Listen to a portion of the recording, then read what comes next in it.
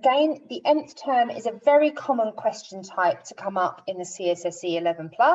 It can come up in different ways. This table here is probably one of the most common ways that it has come up, although the question types have changed recently, and we'll have a look at those as well. Now, these questions are quite simple. It's not overly difficult. However, I think the way they're presented can be quite off-putting. Now, nth term is an expression that describes a sequence.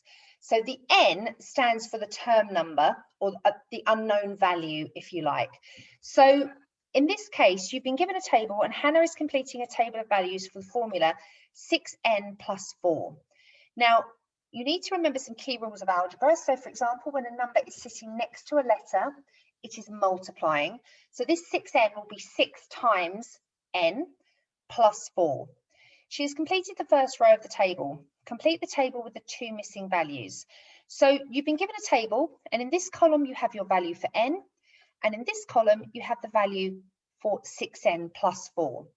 So they've completed the first one for you. So when n is 7, 6n plus 4 is 46. And this is because we would put 7 in for n, so we would end up doing the sum 6 times 7, which is 42, plus 4, which would be 46.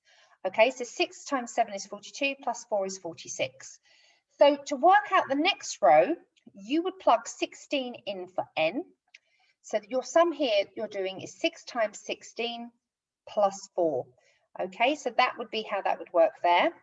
Now for the bottom one, you're trying to find the value for n, so you would need to go in reverse, because whatever this n value is, you've done 6 times n, added 4, and you've ended up at 142. So you would now need to do the inverse. You would need to go in reverse. You would need to take away 4, and instead of timesing by 6, you would need to divide by 6. And once you've done that, you will get your value for n. You can then obviously check that you're right. The next one we're going to have a look at down here is this one here. So Francesca is writing a sequence. She thinks of a number n, she multiplies it by 4, and she subtracts 7. So you can write your own nth term sequence for this if you like. So she thinks of a number n, she multiplies it by 4, so that would be 4n, and then she subtracts 7. Freya is writing another sequence and thinks of the same number n, so we can write that down. So this is Francesca. So this is Francesca, and this is Freya. So she thinks of n.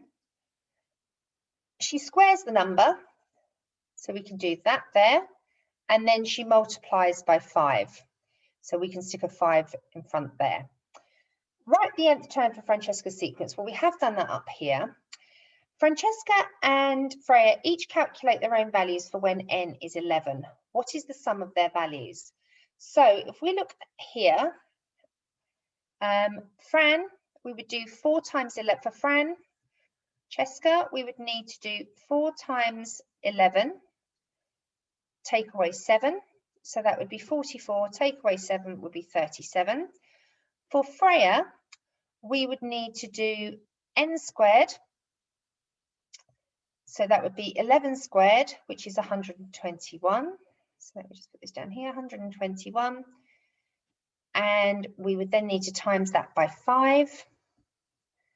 And that's going to give us 605. We have been asked what is the sum of their values. Now, sum means adding up.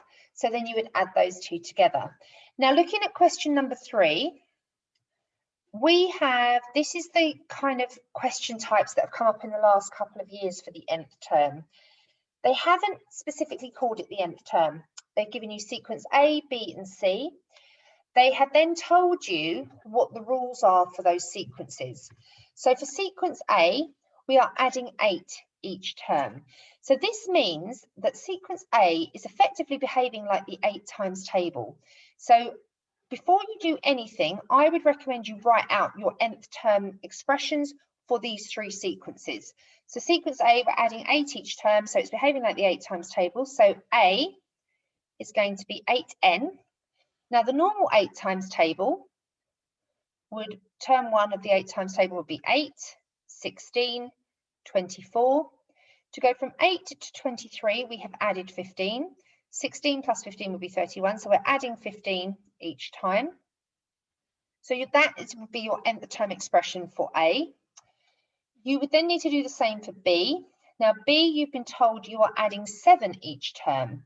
So if we look at B, B is behaving like the 7 times table. So we would do 7n. The normal 7 times table would look like this.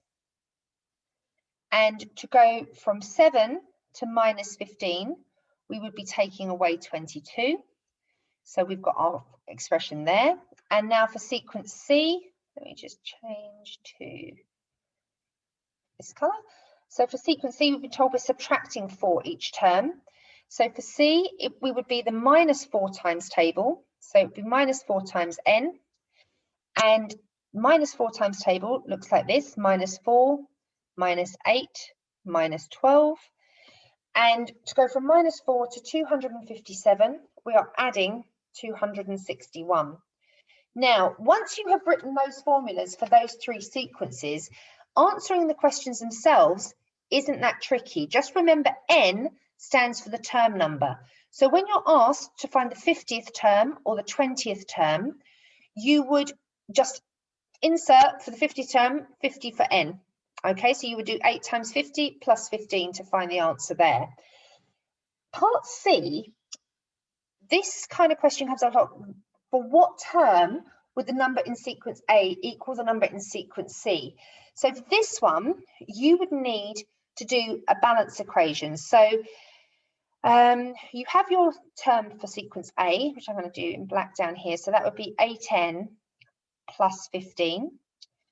And you have your term for sequence C, which is minus 4n plus 261. So this is, you are trying to find where n would be equal. So you would need to get all of your n's together on one side. So if I teach you, I've taught you this with highlighters. So we're going to put all of the n's on this side, and you would need to put all of your numbers or your known amounts on this side over here. And remember, when you move something to the other side or across the equal sign, it has to do the opposite. So you would do that there.